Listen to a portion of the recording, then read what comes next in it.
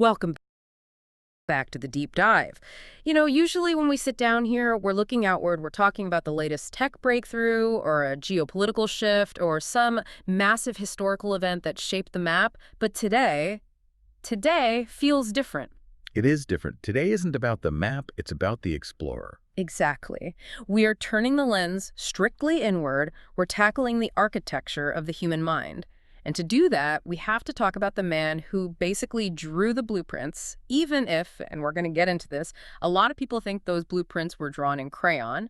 We are talking about Sigmund Freud. The father of psychoanalysis. And probably one of the most misunderstood figures in the history of psychology. Oh, 100%. I mean, be honest. When I say Freud, what's the first thing that pops into your head? It's probably cigars, couches, or, well, some very uncomfortable obsession with his mother. That is the pop culture caricature, yes. Yeah. But the material we are diving into today, which is a really profound philosophical analysis of his work, suggests we need to look past that. We aren't here to debate whether he was right about everything. We're here to look at his work as a tool. A guide to figuring out why we do the baffling things we do. Like why I can be totally calm 1 minute and then snap at my partner because they chewed too loudly. Exactly. Or why you forget a dentist appointment 3 times in a row. Or why you feel a sudden wave of sadness when you should be happy. Freud argues that none of these are accidents. So before we start unlocking doors in our brains, we need to set the stage. The source material makes a really specific distinction right at the top. It says we have to stop confusing psychoanalysis with psychiatry. I'll be honest, I use them interchangeably all the time. Yeah. What's the actual difference? It is a vital distinction. Think of it this way. Psychiatry it's hardware. It's a branch of medical science. It deals with neurons, chemistry, biology. If you are depressed because of a serotonin imbalance, psychiatry might give you a pill to fix the chemical machine. It treats the brain like an organ, which, it is. Right. It's mechanics. You fix the engine. Precisely. Yeah. But psychoanalysis, that is software. And it is very messy, old, mysterious software. The source makes it clear. Freud isn't trying to cure a fever. He is trying to decipher a ghost story. By the strict standards of modern medical science, psychoanalysis isn't provable. You can't put your ego in a test tube. You can't verify a complex under a microscope. Not at all. Which is why I think so many modern scientists give Freud the side eye. They're like, show me the data, and Freud is like, tell me about your dreams. That is a fair assessment. But here is the key. Just because something isn't medical science doesn't mean it isn't true or useful. We are treating this today as a philosophical framework. It's a way of understanding the human condition. It's not a prescription, it's a mirror. I like that. It takes the pressure off. We aren't trying to diagnose ourselves medically. We're just trying to understand the story of who we are. And the core of that story starts with Freud's biggest idea, the iceberg. The unconscious. The hidden house. The hidden house. That's the phrase the text uses. It paints this picture that we all know, the iceberg. The little tip sticking out of the water is what we see. Our conscious thoughts, I'm hungry, I'm late. That cloud looks like a bunny. But underneath... Underneath is the mountain, the vast, submerged mass that creates the currents we drift on. Freud's argument, and it was revolutionary at the time, is that we are strangers in our own home. We think we are making decisions, but really, we are being driven by forces in that dark water that we can't see. There is a parable in the reading that really stuck with me. It's called the dark room parable. And honestly, I felt personally attacked by it. It is a powerful story. Walk us through it. So a guy sees his friend frantically searching for something in his garden. It's high noon, bright sunlight. The friend is on his hands and knees, tearing up the grass. The guy asks, "What did you lose?" The friend says, "My keys." Okay. The guy helps him look for a while. They find nothing. Finally, the guy asks, "Where exactly were you standing when you dropped them?" And here is the punchline. The friend points to the house and says, "Oh, I dropped them inside the living room." Uh-oh. The guy stops and stares at him. "Then why on earth are we looking for them out here in the garden?" And the friend says, "Because it is dark inside the house. Out here, there is light." That hits hard. It hits hard because it is true. We are that friend. When we are unhappy or anxious or stuck, where do we look for answers? Yeah. We look in the light. We blame the traffic. We blame the economy. We blame our boss. We buy a new car. We go on a diet. We look for external logical reasons for our internal pain. Because looking inside, looking into the house. It is terrifying. It is dark in there. We don't know what we will find. It might be monsters. It might be shame. It might be memories we buried. So we prefer to search in the sunlight, even if we know the keys aren't there. That is the mission of this deep dive, isn't it? And really, it's the mission of places like the Philosophy Cafe. Yeah. It's about handing someone a flashlight and saying, hey, I know it's scary, but we have to go inside. That is beautifully put, and I think that is why the Philosophy Cafe is so important. It provides a safe space for that exploration. We aren't just memorizing facts, we are trying to understand the why of our existence. If you are enjoying this conversation, by the way, supporting that mission, sharing the content, engaging with it, really helps keep these deep discussions alive. Absolutely. We need more flashlight holders in the world. So let's go in. We grab the flashlight. We walk into the mental basement. According to Freud, it's not just an empty room. It has a structure. There are 3 entities, parts. Let's call them agencies. The source uses the translated terms, the Nihad, the man, and the Mani Bartar. But we know them better as the id, the ego, and the superego. Okay, let's break these down, because I feel like I know these terms, but I probably have them wrong. Let's start with the id. The id is the basement dweller. It is the oldest part of us. It is purely instinctual. The source describes it as the reservoir of our psychic energy, primarily driven by 2 things, aggression and sexuality. So it's basically a toddler. I want, I want, I want. A toddler, but a dangerous one. A toddler with the strength of a gorilla. The id has no concept of time, no concept of logic, and definitely no concept of morality. It operates on the pleasure principle. If it feels good, do it. Exactly. If it hurts, destroy the thing hurting you. Immediate gratification. Okay, so if I'm walking down the street and I see a sandwich in someone's hand, my Sai says, Take it. Eat it. If they fight back, hit them. charming. It is raw nature. Yeah. But obviously we don't do that because we have the counterforce, The superego. the fun police. Essentially, yes. The superego is the internal judge. In the internalization of your parents, your teachers, your religion, society's laws. It sits in the unconscious and watches the id. It operates on the morality principle. So the id says steal the sandwich, and the superego says stealing is a sin, you are a bad person, you should feel ashamed. Correct. It deals in guilt. It strives for perfection. And caught in the middle of this screaming match is the third part, you. The ego, the man. The ego, the conscious self. The ego has the hardest job in the world. It has to serve 3 masters, the screaming id, the judging superego, and reality. Reality being the fact that if I steal the sandwich, I go to jail. Exactly. The ego operates on the reality principle. It has to negotiate. It has to say, okay, you're hungry. The superego says stealing is bad, and reality says police are bad. So how about we walk into this shop and buy a sandwich? Is the exhausted middle manager just trying to keep the office from burning down? That is a perfect analogy. And usually the ego does a good job. But the source gives a visceral example of what happens when this negotiation gets heated. Road rage. Oh, this is a classic. Picture it. You are driving, someone cuts you off, maybe they even flip you off. The id reacts instantly. What does it want? It wants blood. I mean, in that split second, you want to ram their car, you want to drag them out through the window. It's actually scary how fast that violence bubbles up. That is the I. It is uncivilized. Kill the threat. But you don't do it. Why? Because I don't want to go to prison. That's part of it. But even before you think of prison, you feel restraint. That is the superego stepping in and saying, civilized people don't behave like animals. Control yourself. So the ego compromises. You grip the steering wheel until your knuckles are white. Maybe you mutter a curse word, but you keep driving. Crisis averted. Externally, yes. But here's where Freud gets really dark.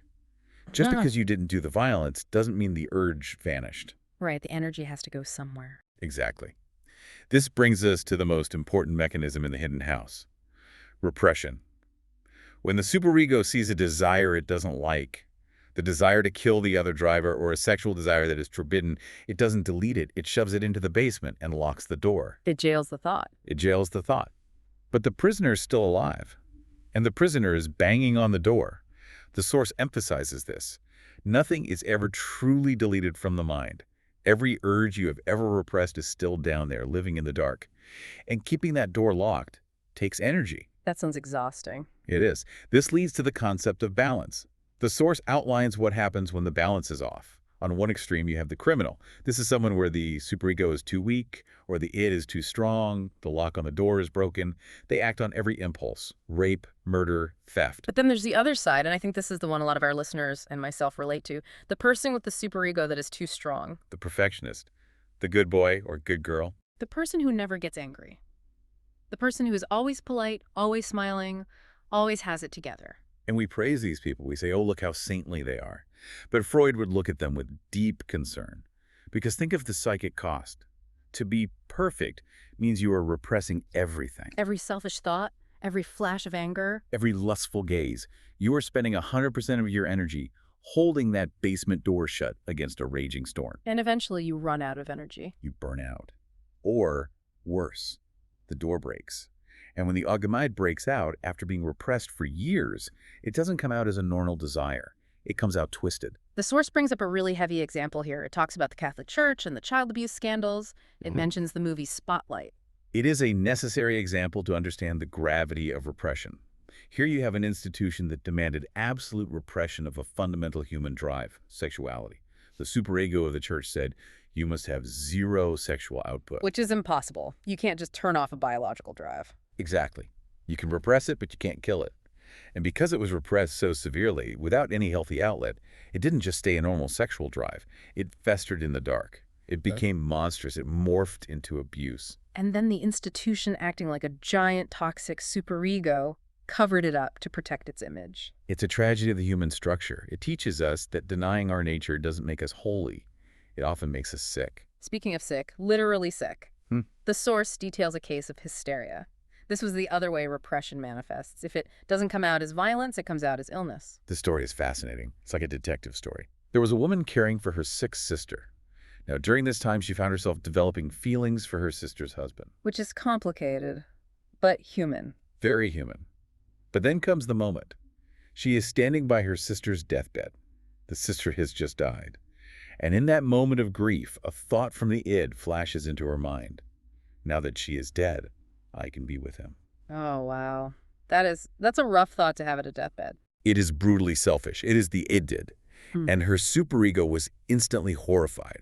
It judged that thought as evil, disgusting, monstrous. So it didn't just say no. It wiped the memory. She repressed it so fast and so deep that she consciously forgot she ever thought it. But her body kept the score. Precisely. The guilt, the energy of that forbidden wish had to go somewhere. So she developed physical symptoms. Hysteria. She became ill. So how did Freud fix it? He didn't give her medicine. No. He used the talking cure. He acted as the flashlight. He guided her back to that moment, back into the dark room. She had to find that thought, look at it, and admit it. She had to say, yes, I love my sister, but for a split second, I wanted her husband. And once she said it, the symptoms vanished. That is wild. It's like exorcising a demon by just naming it. That is the power of the unconscious. A secret you keep from yourself is poison. A secret you admit to yourself becomes just a thought. You know, hearing all this, it really reinforces why we need to slow down and actually think about our lives. We're so busy running on autopilot. We are. And that's why I always encourage people to support the Philosophy Cafe. It is rare to find places that encourage this kind of deep, sometimes uncomfortable self-reflection. It's not about getting a degree. It's about understanding the machinery of your own happiness. Definitely. So if you're listening and you value that, give them a like, share the deep dive. It helps keep the lights on, literally and metaphorically. Now, we've talked about big explosions abuse, hysteria, but the source points out that usually the ad is sneakier than that. It doesn't kick the door down, it picks the lock. The leakage. Yes. The ad is a master of disguise. It wants to get its message out past the superego, so it dresses up. We see this in Freudian slips. Okay, the source has a story about a decal that made me laugh out loud. Please tell that one. It is a classic example of a verbal slip. So a gentleman is visiting a house.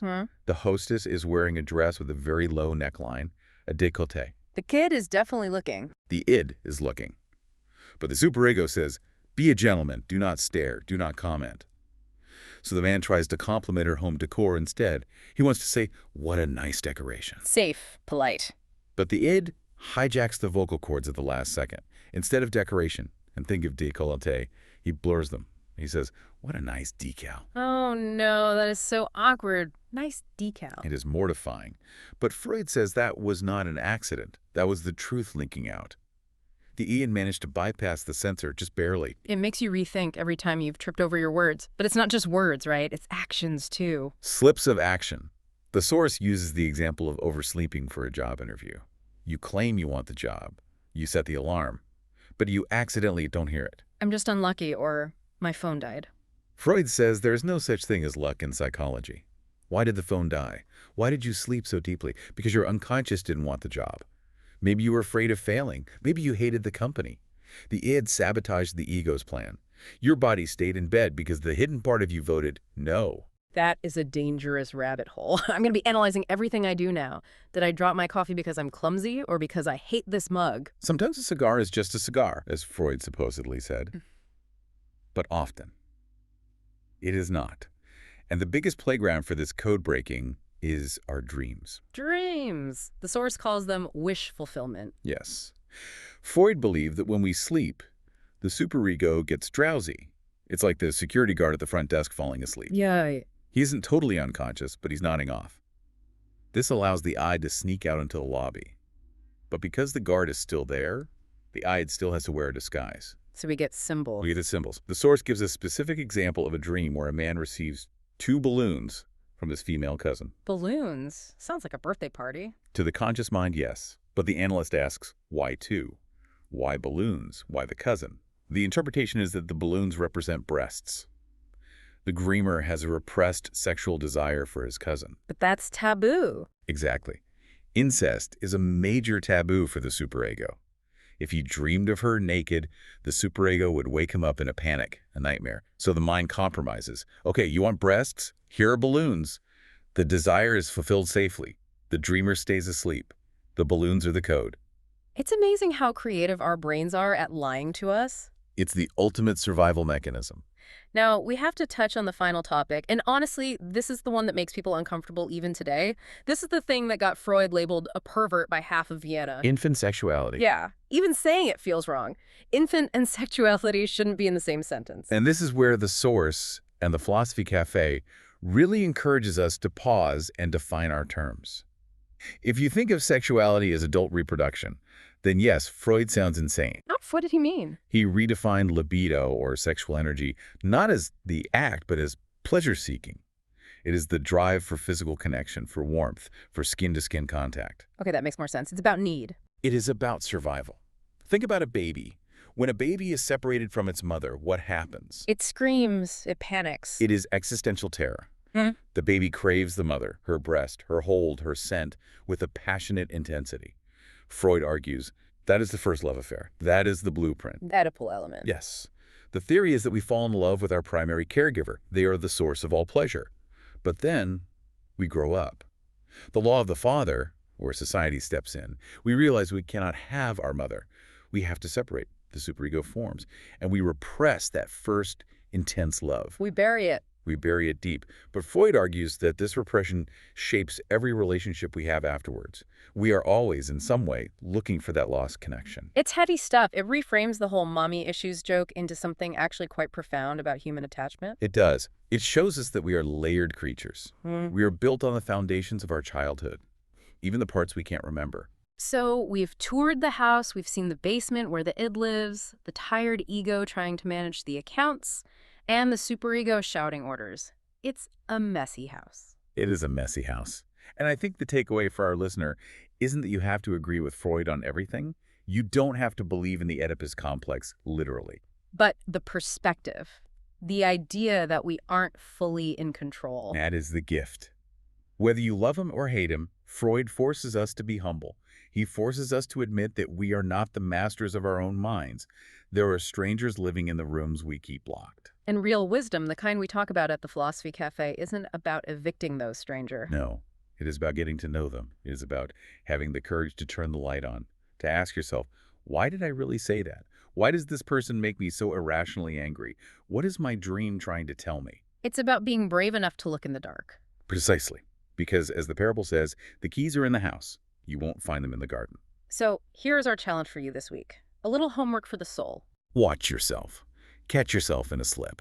Maybe you forget a name you shouldn't. Maybe you lose a specific item. Maybe you make a joke that lands a little too mean. Don't just brush it off. Ask yourself, if that wasn't an accident, what uncomfortable truth was my unconscious trying to whisper to me? It might be a scary question, but it's the only way to really know yourself. Thank you so much for joining us on this deep dive into the hidden house. And please, keep supporting the mission of the Philosophy Cafe. Keep thinking, keep questioning. We'll see you next time.